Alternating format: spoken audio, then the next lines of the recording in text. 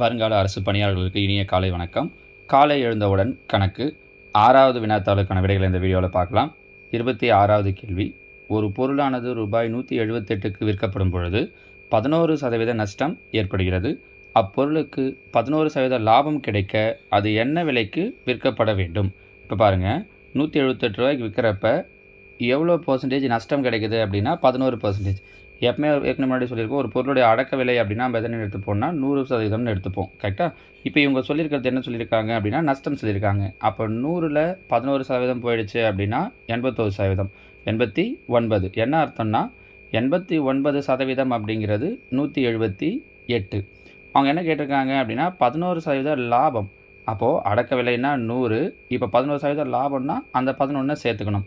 அப்போ அவங்க கேட்டிருக்கிறது என்ன கேட்டிருக்காங்க அப்படின்னா 111%ன்றது எவ்வளோன்னு கேட்டிருக்காங்க. இப்போ இங்கே பாருங்கள், இந்த பெருக்கல் இருக்கிற 89 ஈக்குவல்ட்டுக்கு அந்த பக்கம் போயிடுச்சு அப்படின்னா வகுத்தல் 89. நமக்கு எவ்வளோ தேவை அப்படின்னா 111% இன்ட்டு 111 அடிக்க முடியுமான்னு பாருங்கள். ஓர் 89 2 முறை அடிக்கலாம், 89ன்ட்டு. அப்போ 2 இன்ட்டு 111 222 முடிஞ்சு பாருங்கள். ரொம்ப சிம்பிள். இதை மெத்தடாக போடணுன்னா அடக்க விலை கண்டுபிடிச்சி அதுக்கப்புறம் போடணும். நான் என்ன சொல்கிறேன் அப்படின்னா எவ்வளோ நஷ்டம் சொல்லியிருக்காங்களோ பொதுவாகவே அந்த நஷ்டம் லாபம் எல்லாமே 100 கூட தான். நஷ்டன்றதால 100 கூட மைனஸ் பண்ணுறேன். அதை இந்த நம்பர்லேருந்து வகுத்துட்டு அவங்க என்ன கேட்டிருக்காங்களோ அந்த சதவீத லாபம்ன்றதால 100 கூட ப்ளஸ் பண்ணிட்டோன்னா பெருகிட்டோன்னா முடிஞ்சிச்சு. சரியா? அடுத்ததான் 27. 0 மற்றும் ஆரின் மீ போவா. இது ஒரு முறை பேசிக் கொஷின். எப்போவுமே மீ போவாங்கிறது 0வுக்கு கண்டுபிடிக்கவே முடியாது. அதனால் இங்கே மீ போவா அன்டிஃபைன்டு, வரையறுக்க இயலாது. இது கடந்த ஆண்டு நடந்த ஒரு டிஎன்பிஎஸ்சி எக்ஸாமில் இதே கொஷினை கேட்டிருந்தாங்க. சரிங்களா? அடுத்ததான் பின்வரும் இணைகளில் எவை சார்பகா எண்கள்? சார்பகா எண்கள் அப்படின்னா என்ன அர்த்தம் அப்படின்னா அந்த 2 நம்பருக்கான HCF 1ன்னு வரணும் ஒரு ஐடியா. இன்னொன்று இன்னும் ஈஸியாக சொல்லணும் அப்படின்னா அந்த 2 நம்பரும் எந்த ஒரு பொதுவான வாய்ப்பாட்டிலையும் வகுப்படக்கூடாது. இப்போ இங்கே பாருங்கள், 16 62 பார்த்த உடனே தெரியுது ரெண்டுமே 2ஆம் வாய்ப்பாட்டில் வரும். 18 25 ரெண்டுமே எந்த பொதுவான வாய்ப்பாட்லேயும் வராது. அப்போ இதுதான் ஆன்சராக இருக்கும். மீதியை செக் பண்ணிட்டு வந்துடலாம். இங்கே வாங்க, 21 35 7ஆம் வாய்ப்பாட்டில் வரும். 23 92 இது 2 ஏதாவது பொதுவான வாய்ப்பாட்டில் வருமானா வரும். 23ஆம் வாய்ப்பாட்டிலே வரும். பாருங்கள், 23 4 பேருக்குனீங்க அப்படின்னா 92. அப்போ 2 23ஆம் வாய்ப்பாட்டில் வருது. அப்போது 18 25 தான் எந்த பொதுவான வாய்ப்பாட்டிலையும் வராது. So answer option B 18, 25. அடுத்து 29. இரு எண்களின் பெருக்கற்பலன் 1320. அவற்றின் HCF 6 எனில் அவ்விரு எண்களின் LCM. இப்போ இதில் பாருங்கள், நமக்கு தெரியும் 2 நம்பருடைய பெருக்கற்பலன் கொடுத்துட்டாங்க 1320ன்ட்டு. HCF 6 இந்த ஃபார்முலா தெரியும் இல்லையா? நம்ம ஏற்கனவே அந்த டைப் சொல்லும்போது LCM HCF டைப் சொல்லும்போது சொல்லியிருக்கோம். 2 நம்பருடைய பெருக்கற்பலன் அப்படிங்கிறது அதனுடைய LCM இன்ட்டு HCFக்கு ஈக்குவல். அப்போ பெருக்கற்பலனே அவங்களே கொடுத்துட்டாங்க, HCF கொடுத்துட்டாங்க. அதனால் இந்த பக்கம் டிவைடில் கொண்டு வந்துடும். பாருங்கள், 1 6 2 12 மீதி 1 2 12 0. அப்போ அதனுடைய HCF என்னவாக இருக்கும், LCM என்னவாக இருக்கும் அப்படின்னா 220 220. ஓகேங்களா? 30வது கேள்வி பாருங்கள். ரூபாய் 8000க்கு 15% ஆண்டு வட்டி வீதத்தில் 3 ஆண்டுகளுக்கு கிடைக்கும் கூட்டு வட்டி எவ்வளவு?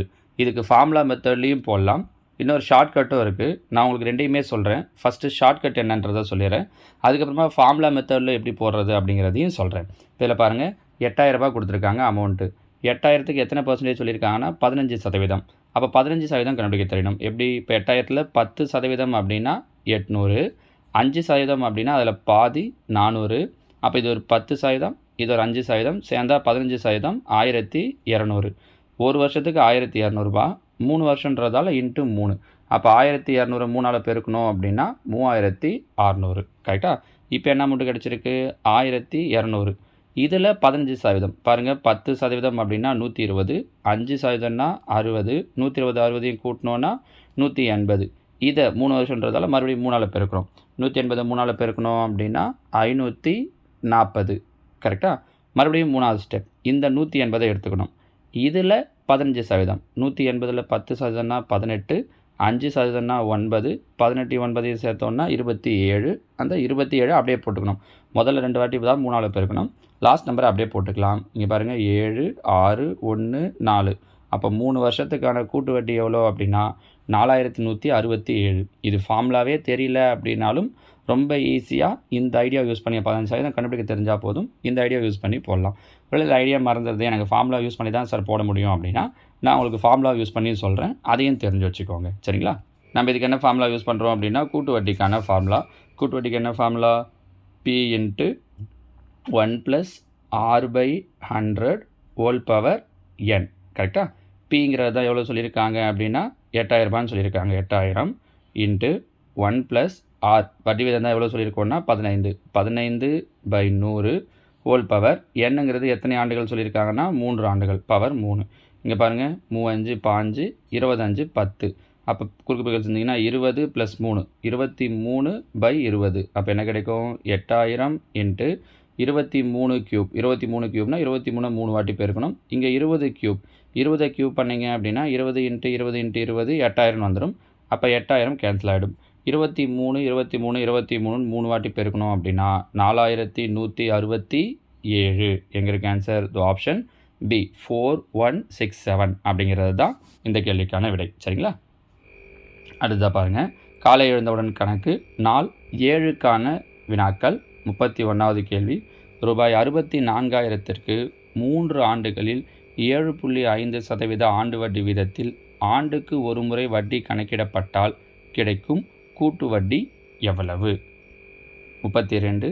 ரூபாய் 5,000க்கு 8% ஆண்டு வட்டி வீதத்தில் காலாண்டுக்கு ஒரு முறை வட்டி கணக்கிடப்பட்டால் 9 மாதங்களில் கிடைக்கும் கூட்டு வட்டி எவ்வளவு? 33. 250 லிட்டரின் 12% என்பது 150 லிட்டரின் டேஷுக்கு சமமாகும். 34. A மற்றும் B ஒரு வேலையை 12 நாட்களிலும், B மற்றும் C 8 நாட்களிலும், C A 6 நாட்களிலும் முடிப்பார்கள் எனில் B மட்டும் அந்த வேலையை எத்தனை நாட்களில் முடிப்பார்? 0.01 என்பது 0.1 எத்தனை சதவீதம்? இதோட இன்றைக்கி தேதிக்கான 5 கேள்விகளை கொடுத்துருக்கேன். இதுக்கான ஆன்சர்ஸை கீழே கமெண்ட்டில் சொல்லுங்கள். நான் இதுக்கான விடைகளையும் இன்னொரு 5 கேள்விகளையும் நாளைக்கு உங்களுக்கு வீடியோவாக போடுறேன். இந்த கேள்விகள்லாம் தொடர்ச்சியாக எழுதி வச்சு ப்ராக்டிஸ் பண்ணுங்கள். ஏன்னா அப்போ தான் பின்னாடி நீங்கள் பார்க்குறப்போ ஒரு முறை வீடியோ எடுத்து பார்க்க முடியாது. எழுதி வச்சு ப்ராக்டிஸ் பண்ணிங்க அப்படின்னா ஆன்சரை போட்டு வச்சுக்கிட்டிங்கன்னா உங்களுக்கு எக்ஸாம் அப்போ பார்க்குறதுக்கும் எளிமையாக இருக்கும். ஓகேவா? தேங்க்யூ.